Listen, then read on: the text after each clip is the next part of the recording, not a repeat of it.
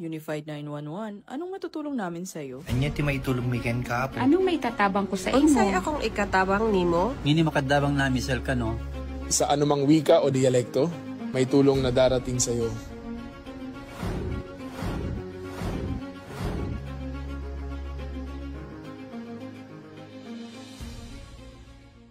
Lilingkod sa bawat Pilipino at magbibigay ng tamang impormasyon para sa tahimik at maayos na Pilipinas. Police News Network, alagad ng batas, tagapagtaguyod ng balitang pulis, sandigan ng mamamayan, patnubay ng katotohanan. La Campo Crame, maghahatid ng pinakahuling kaganapan at nagbabagang balita. Ito ang PNN Police News Network. At ngayon, ang inyong mga tagapagbalita. Magandang araw, bagong Pilipinas. Ako ang inyong alagad ng batas, tagataguyod ng Balitang Pulis, Patrolman Adrian Dayao. Maghatid sa inyo ng tamang balita, kwento ng pulis at serbisyo para sa mamamayan, at ito ang PNP News Online, ang pangunahing balita ng Police News Network. Alagad ng batas, tagataguyod ng Balitang Pulis.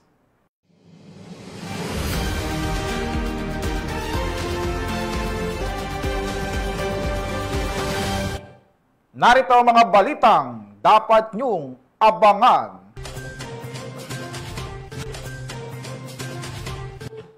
Top 5 regional most wanted person na may kasong statutory rape, arestado sa operasyon ng May Kawayan PNP. Mahigit 3.7 milyong pisong halaga ng iligal na droga at baril na asabat sa high value target sa operasyon ng mga otoridad. At 10 miyembro ng violent extremist group voluntaryong sumuko sa pamahalaan sa Maguindanao del Norte.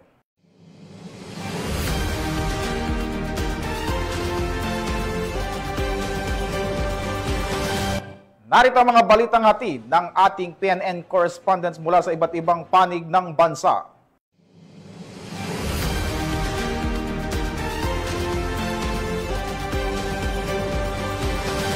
Simulan natin ang balita mula sa bahagi ng Luzon.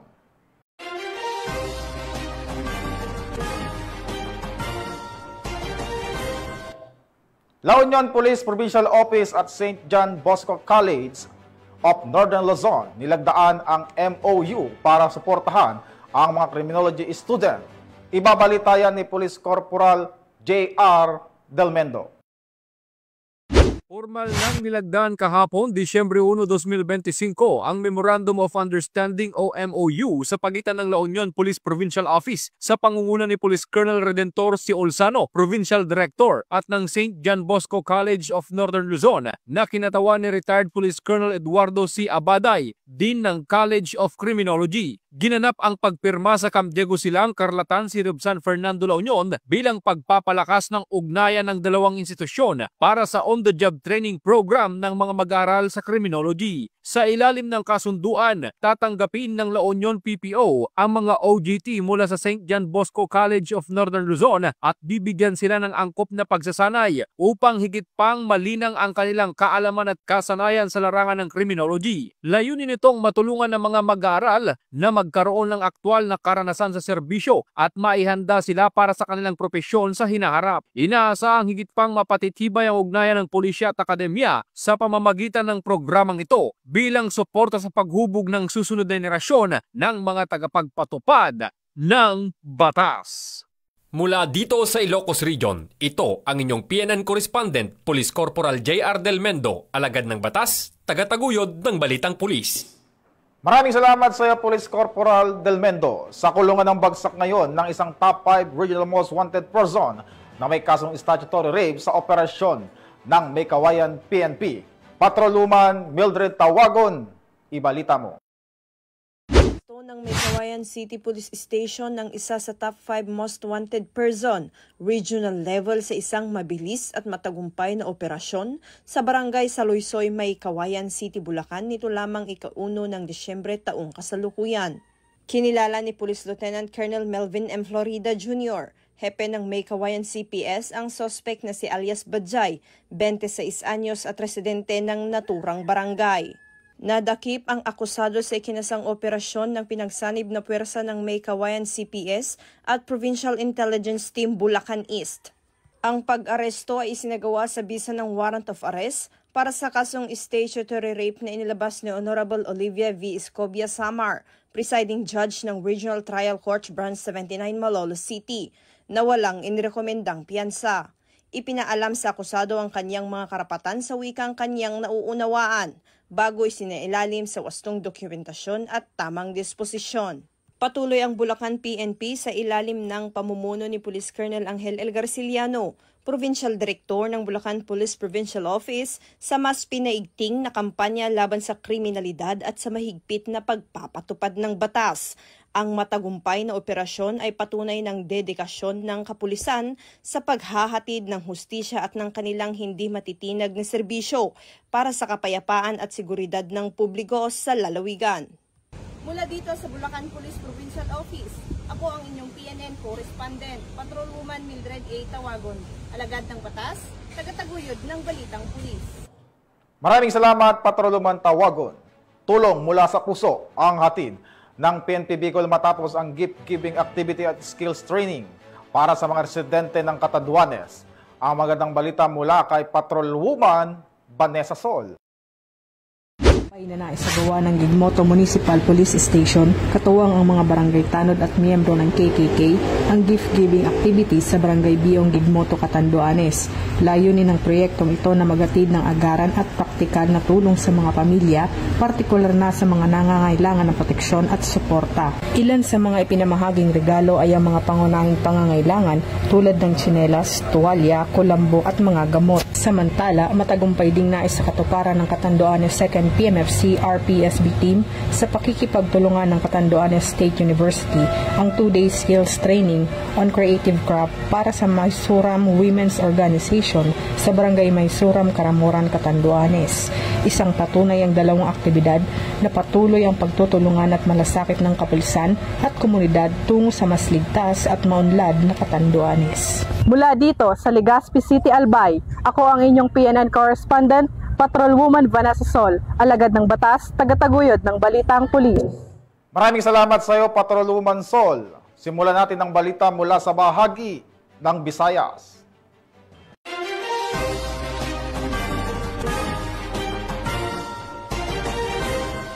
Sa patuloy na operasyon ng PNP kontra iligal na droga, aabot sa mahigit 3.7 milyong pisong halaga ng iligal na droga at baril ang nasabat sa isang high-value target ng pulisya sa Iloilo. Magbabalita dyan si Patrolwoman Ledeline Bansagon. Nasabat ng mga operatiba ng Iloilo City Police Office, City Drug Enforcement Unit ang mahigit 3.7 milyon na halaga ng hinilaang shabu sa matagumpay na buy-bust operation sa Barangay San Jose, Arevalo, Iloilo City, bandang alas 11:42 ng gabi nito lamang ika-25 ng Nobyembre taong kasalukuyan.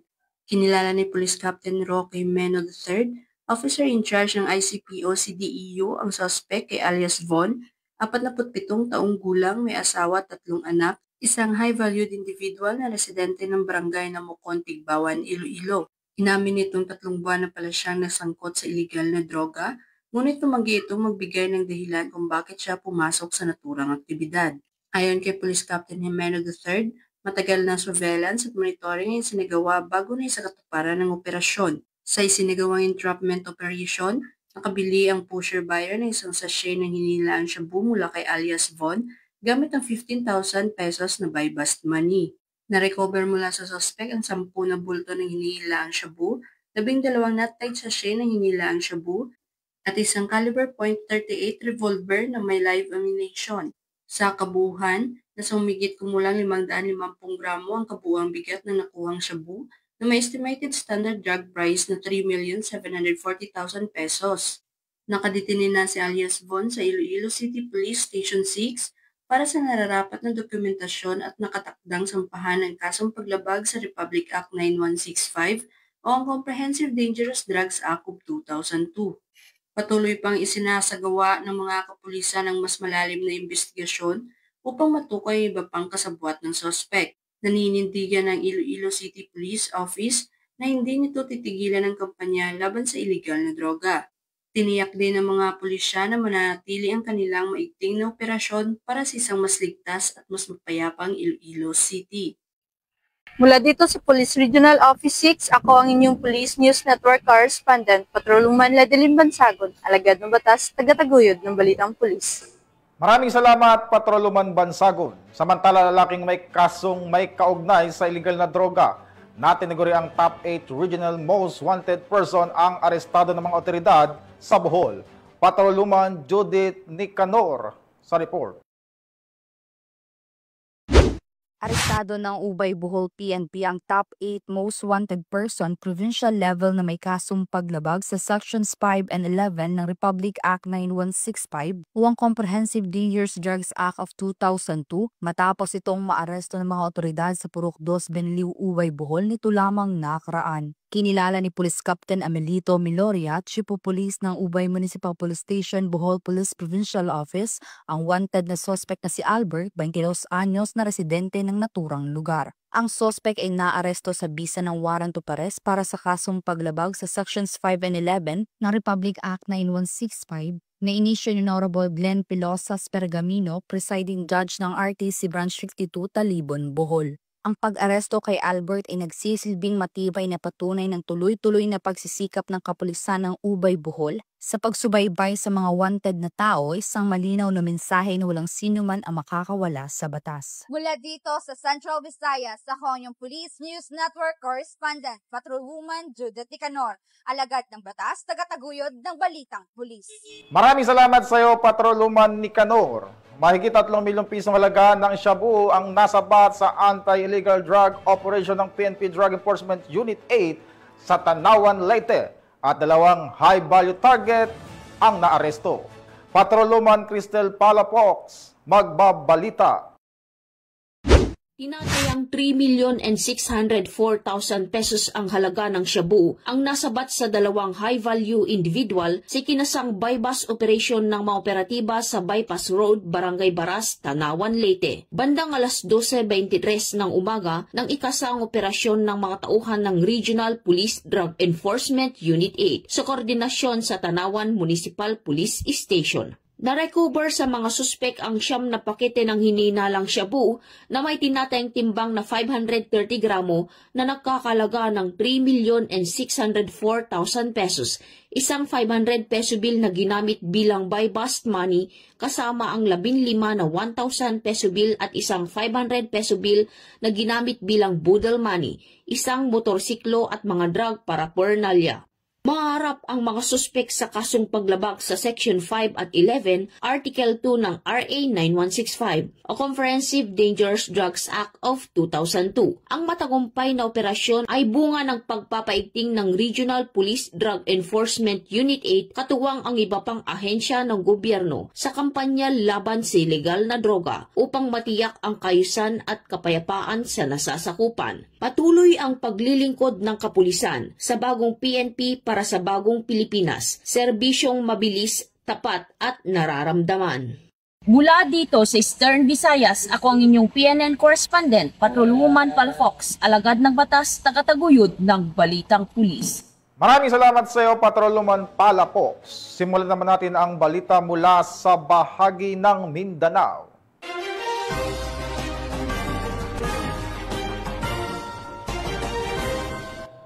Sa patuloy na kampanya ng pamahalaan kontra insurhensya, voluntaryong sumuko ang 10 miyembro ng Violent Extremist Group sa pamahalaan sa Maguindanao del Norte at matataas na kalibre ng mga baril isinukur din. Ang buong detalye ng report mula kay Patrolwoman Leonora Gawang. Loob sa pamahalaan ang 10 miyembro ng Violent Extremist Group, bit-bit ang kanilang matataas na kalibre ng armas sa Maguindanao del Norte nito lamang ikaunang araw ng Desyembre taong kasalukuyan, na isa katuparan ng pagsuko ng mga former Violent Extremist Group dahil sa inisyatiba at pagsusumikap ng PNP at 6 Mechanized Battalion. Siyam sa mga sumuko ay mula sa Bangsamoro Islamic Freedom Fighters Karialan Faction habang isa naman mula sa Dawla Islamiyya Group. Kasabay ng kanilang pagbalik loob ang pagsuko ng 15 loose firearms sa ilalim ng Small Arms and Light Weapons Management Program.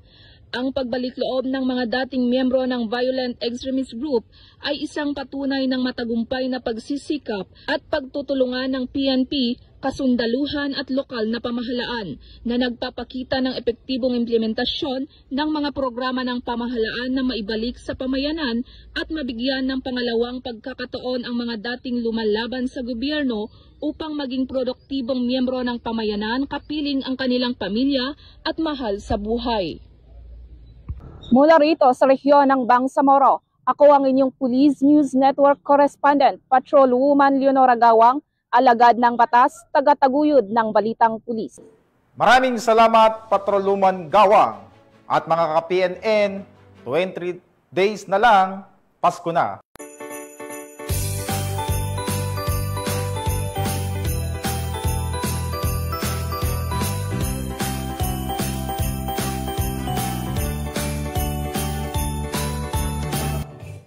At sa ngalan ng pamunuan ng Philippine National Police sa pangunguna ni Acting Chief PNP Police Lieutenant General Jose Melencio Corpus Nartates Jr. at sa pamumuno ni President Ferdinand Bongbong Marcos Jr. kami maglilingkod sa bawat Pilipino at magbibigay ng tama at balanseng balita. Mula rito sa tanggapan ng tagapag-ugnay ng Pambansang Pulisya, ako po ang inyong alagad ng batas, tagataguyod ng Balitang Pulis, Patrolman Adrian Dayao, maghahatid ng tamang balita, kwento ng pulis at serbisyo para sa mamamayan. At ito ang PNP News Online. At ito ang bagong PNP para sa bagong Pilipinas, serbisyong mabilis, tapat at nararamdaman.